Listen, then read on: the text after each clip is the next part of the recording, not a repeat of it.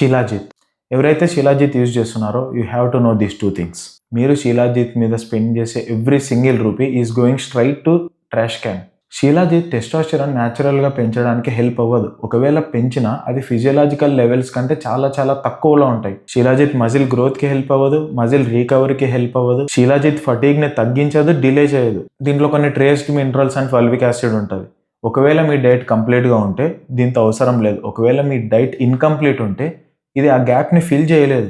So what's the point? వీటి మీద ఒక్క మంచి లార్జ్ స్కేల్ స్టడీ లేదు. దీని మీద ఒకే ఒక పాజిటివ్ స్టడీ ఉంది. ఈ స్టడీని యూజ్ చేసుకొని చాలా మంది ప్రమోట్ చేస్తారు. కానీ మనం కొంచెం బ్రెయిన్ యూజ్ చేస్తే ఏదైతే కంపెనీ షీలాజిత్ని ప్రొడ్యూస్ చేస్తుందో అదే కంపెనీ రీసెర్చ్కి ఫండింగ్ ఇచ్చింది.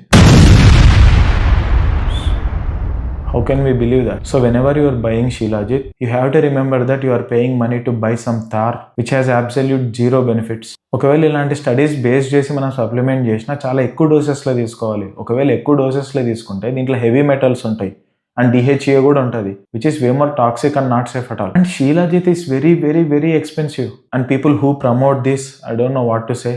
Hope this helps.